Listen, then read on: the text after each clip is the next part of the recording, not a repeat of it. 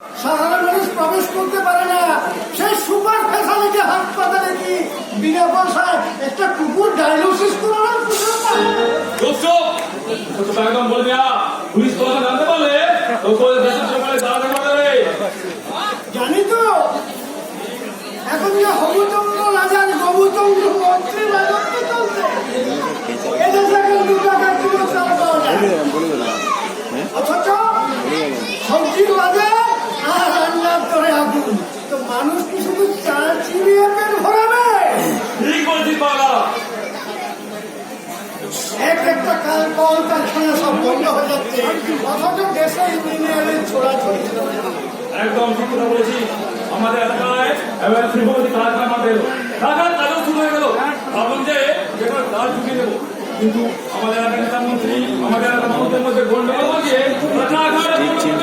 আর আমরা তাদের বেকার হয়ে গেলাম। কারখানার চাকরি করতে সবাই নিয়ে বলেছে, রাত্রি একটা তেলে ভাজার দোকান খুলে দাও ভাইয়া। ছেলেবেলা আমি তুলে কোথা কিনতে হবে? এই জন্যে বলে এদেশের জনগণ বোকার করত। আগে বাবা দোকানের সামনে থাকবে তেলে ভাজা আর পেছনে খড়কুচা মানে চুলু, বুঝলে? ঘুরতে দেখবে গাড়ি বাড়ি হাঁটিয়ে একবারে লাখপতি হয়ে গেছে। কোথাকার কোন লাখপতি আমার এই গরিব খানায়? একই তুমি সেই পাগলটা না যে কিছুক্ষণ আগে ডাক্তারের কুকুরগুলোর সাথে খাবারের পাতাগুলো নিয়ে টানাটানি করছিল?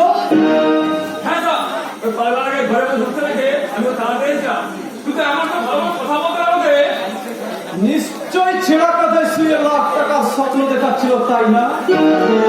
ওর ব্যবস্থা আমি পরে করছি, কিন্তু তুমি আপনার ভাইয়ের বিয়ে তোমাকে কেনারে কাজ নিয়েছিলাম স্যার, কিন্তু পেমেন্টটা তো বাকি আছে। ও নিয়ে তোমায় ভাবতে হবে না, আমার ম্যানেজার কথা সময় দিয়ে দেবে। আজ আমার ভাইয়ের খুব সজ্জা, তাই আমি একটু ব্যস্ত আছি, তুমি এখন যাও। ঠিক আছে স্যার, কিন্তু এখানে শুনলাম আপনাদের তো রেজিস্ট্রেশন আছে, আমার বড্ড অভাব স্যার, যদি যেমন কাজের ব্যবস্থা করে দেন। বললাম না আজ আমি একটু ব্যস্ত আছি, পরে দেখা করো, যাও। ঠিক আছে স্যার, নমস্কার। কাজ সবাই যদি শুধু কাজের পেছনে দৌড়ায়, তাহলে ও কাজগুলো করবে এটাকে।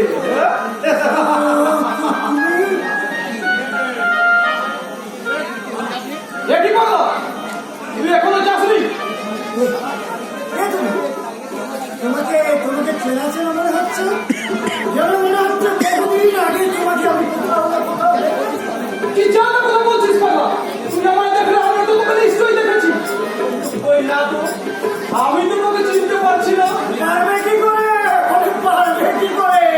অর্থ আর অহংকার দিয়ে তোমাকে ধ্বংস করে দিয়েছে, আর সেই জন্যই তো তুমি মানুষ চিনতে পারছো না। তুই মানুষ?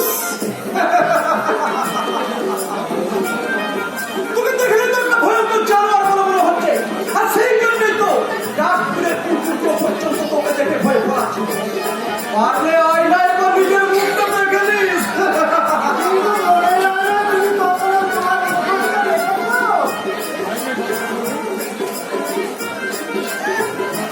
আওয়াজ শোনো।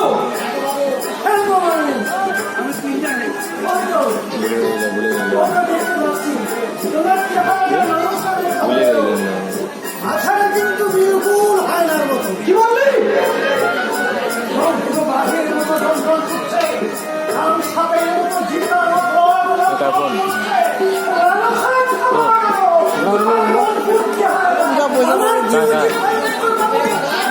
তোমারে পাগলা!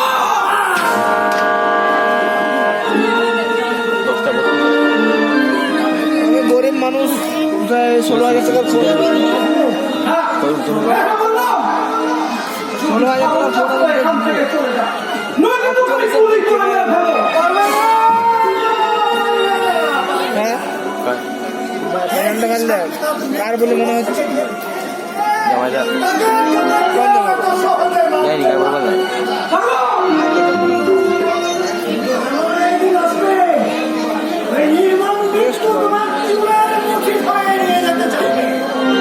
সেদিন তুমি সকলের সামনে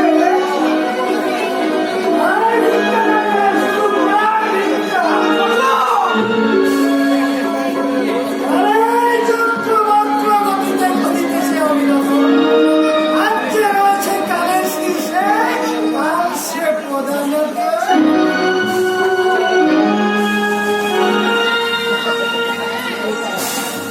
কে ওই পাগলা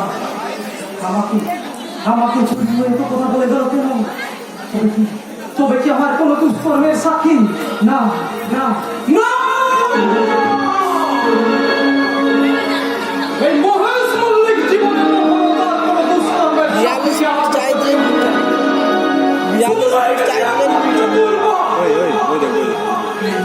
আর সেই জন্য যে তো নাটক করে দুর্গকে কখনো আমি টেনে আনলাম। দুর্গকে নিয়ে আমার ঘরের খেলা দেখো কি হয়। হবে না আমার দ্বারা কিচ্ছু হবে না। হবে না বললে হলো? এত বড় ছেলে এই ওটা কথা মনে রাখতে পারো না? কাল কোন কথাটা মনে রাখি শুনি। দাদা এক কথা বলছে তো তুমি আর অন্য কথা বলছো। মাধব আবার তো অন্য কিসব শিক্ষাচ্ছে? মাধবদা বলেছে, বলছি তো তোমার বলা কথাগুলো আমি ওকে পাখি পড়ার মতো করে শিখিয়েছি। ওকে বলেছি তো রোজ রাতে তুমি যেমন তোমার চোরা করতে শুতে আজও তেমনি ঠিক সেখানেই শোনে গো। না না আর আমি ওখানে শুবো না। আজ আমার বউ বলে দিয়েছে এখানে বউয়ের কাছে শুতে। আরে দূর হতো ভাগা, তুই ঠিক কচি বাচ্চা ছেলে। ওদের কি একটা মেয়ে ছিল তার কাছে তুই শুবি?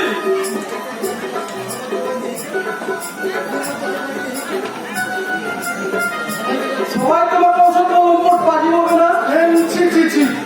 আর আমি তোমার কাছে শুবো না। তাহলে ফুলসজ্জার ঘরে আমি কি করবো? তোর বউকে ঘুমাতে বলবি। আর তোর বউ ঘুমিয়ে পড়লে তুমি চুপি চুপি ওর ঘর থেকে তোমার চোরাকুঠি ঘুরে চলে আসবে। আমি আমি ঠিক বলেছি না বলো বাবু? হ্যাঁ ঠিক বলেছি। এই ঘর থেকে আমার ছেলেকে কি ঘরে চলে যাবো? ও জানতেই পারবে না কি মাধবদা। হ্যাঁ আজ আমাকে বউ কতটি খাওয়াবে বলেছে। ওমা তাই নাকি? তাহলে আর বলছি কি, পেলেতে করে এত বড় বড় মিষ্টি এনেতে, এত বড় গেলাতে করে এক গেলা দুধ। আরে দূর হতো ভাগা, তুই কি তোর কচি বাচ্চা ছেলে যে তোর বউ দুধ খাবে? তুই এখন বড় হয়ে গেছিস না? হ্যাঁ আমি বলে গেছি। নিশ্চয়ই বড় না হলে কেউ বউ আনতে পারে ছোট বাবু? আর বড় হলে কেউ কখনো দুধ খায় না রে হতো ভাগা, মদ খায় মদ। মদ হ্যাঁ না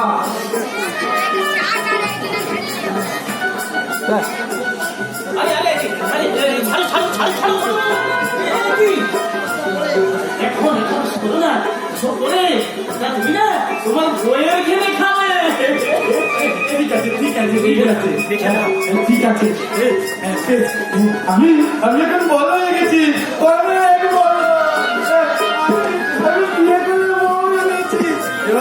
এবার বড়দের মতো আমিও মদ খাবো। আরে কত কি করবো। নিশ্চয় করবি। আর তোর বউ যদি তোর কথা না শুনে বউকে বেশ করে কেনাবি।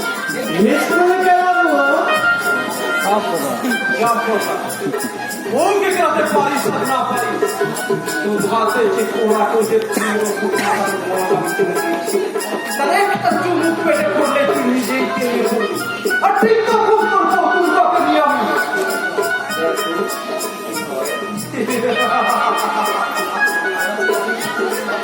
বাবু আপনি কি নতুন কিছু ভাবছেন?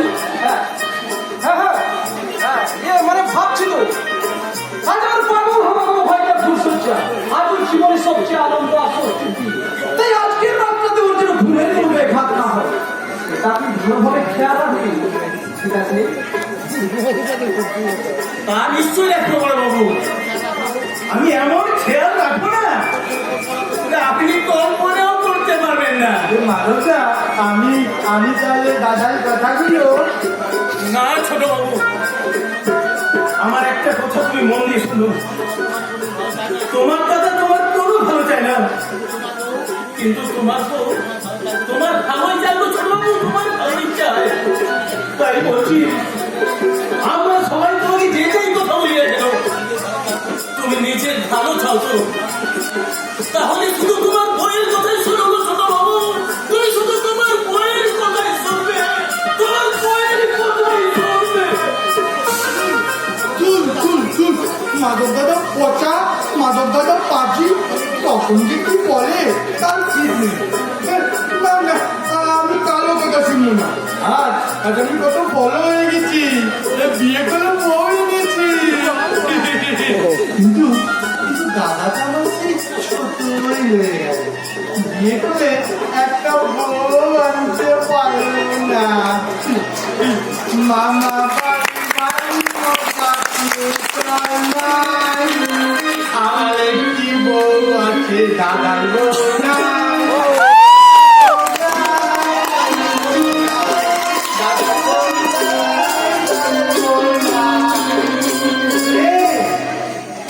দাদা কিসব কথা বলতে বলছিল, সব ভুলে গেছি তো। এই যে মশাই, সবকিছু ভুলে গেলে চলবে? সেই কখন থেকে তোমার জন্য দুধটা নিয়ে বাসন করে অপেক্ষা করছি। নাও, দুধটা খেয়ে নাও। না না না, আমি দুধ খাবো না, আমি দুধ খাবো না। কেন খাবি না? আমি কি কোনো করছি বাচ্চা ছিলি যে আমি দুধ খাবো? এখন আমি কত বড় হয়ে গেছি, বিয়ে করে বউ এনেছি, তাই তাই বড়দের মতো আমিও মদ খাবো, মদ। মদ খেতে নেই, ওটা হলো সর্বনাশের বস্তু। তাই তো তোমার মতো প্রত্যেকটি মা বোনদের আমি অনুরোধ করে বলছি, এই সর্বনাশের বস্তুটি বর্জন করে সংসারের শান্তিটুকু বজায় রাখুন। হলো পৃথিবীর শ্রেষ্ঠ উপকারী পানীয়। এটা আমার ছেলে তোমার শরীরে বল বাড়বে, আর তোমার শরীরে বল না বাড়লে সব বাবু মারি দিয়েছে তো। আমার শত্রু গো। আগে শত্রুর মুখোমুখি দাঁড়ানোর শক্তি অর্জন করো, তারপর চিনিয়ে দেবো তোর শত্রুকে। নাও, এই দুধটা খেয়ে নাও। না না না না, আমি দুধ খাবো না। খাও, খাও, খাও বলছি, খাও।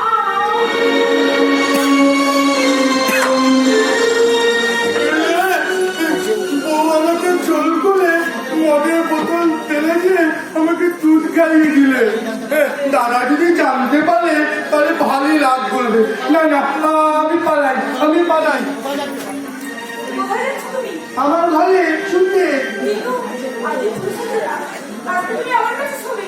ইচ্ছি বউ, তোমার তোমার কাছে ঝুলে লোকে আমাকে অসভ্য লম্পট পাজি বলবে না? না গো না, তুমি আমার স্বামী, আর পুরুষের রাতে স্বামী যদি তার দেওয়া নেওয়ার খেলায় বিফল হয়ে থাকবে।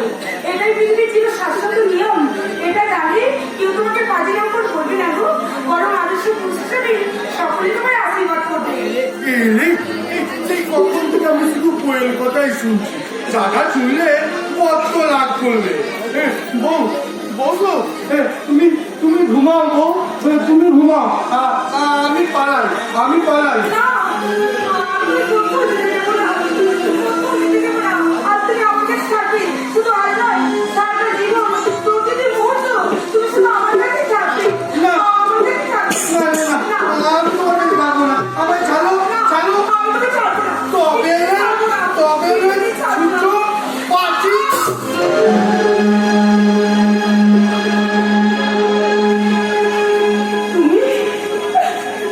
তুমি আমায় মারলে? কেন মারলে আমায়? পুলিশের জানাতে বই বসে থাকতে তোমার যদি এত ভয়, তাহলে কেন আমায় বিয়ে করতে গিয়েছিলে? বলো তো আমার রক্ষার্থে। ওই দাদার কথায় তোমার কাছে যদি প্রাপ্ত বলে মনে হয়, তাহলে নিজের হবে তোমার বউকে মারতে।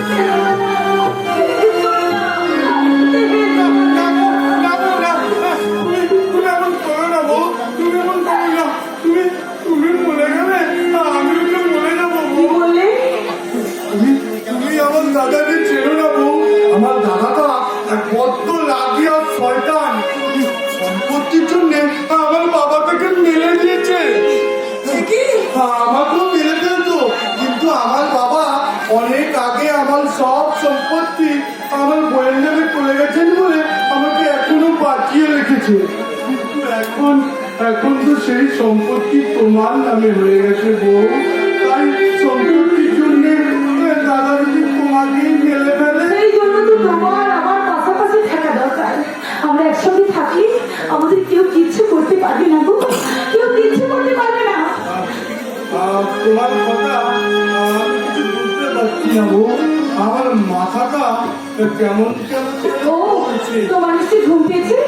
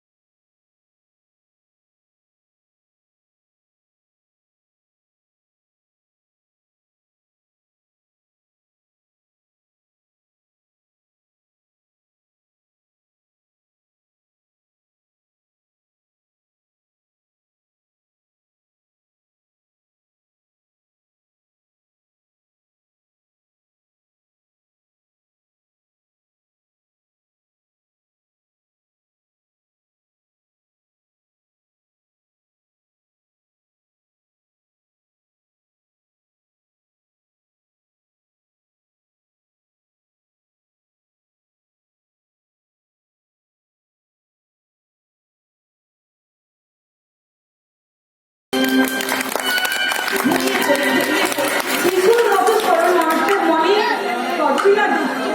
না গো না, তোমায় আমি আর কষ্ট দিতে দেবো না। আমি যখন তোমার জীবনে এসেছি, তোমার জীবনে আমি সুখ এনে দেবো গো। তোমার জীবনে আমি সুখ এনে দেবো।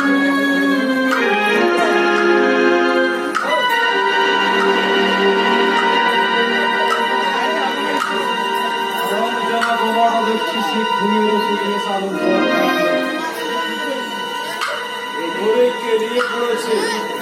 যাক, এবার আমি তাহলে দুর্গা পুজোটা সেরে ফেলি।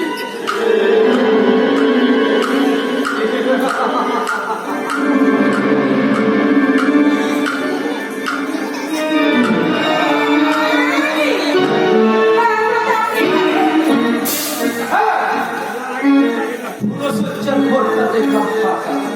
এমন সুন্দর একটা পরিবেশে কি উপস্থিত থাকা যায়? এসো, আমার এই পাগল হওয়া ভাইটার বদলে আজ তোমাকে আমি একটা মিষ্টি ফুলসজ্জা উপহার দেবো। এসো।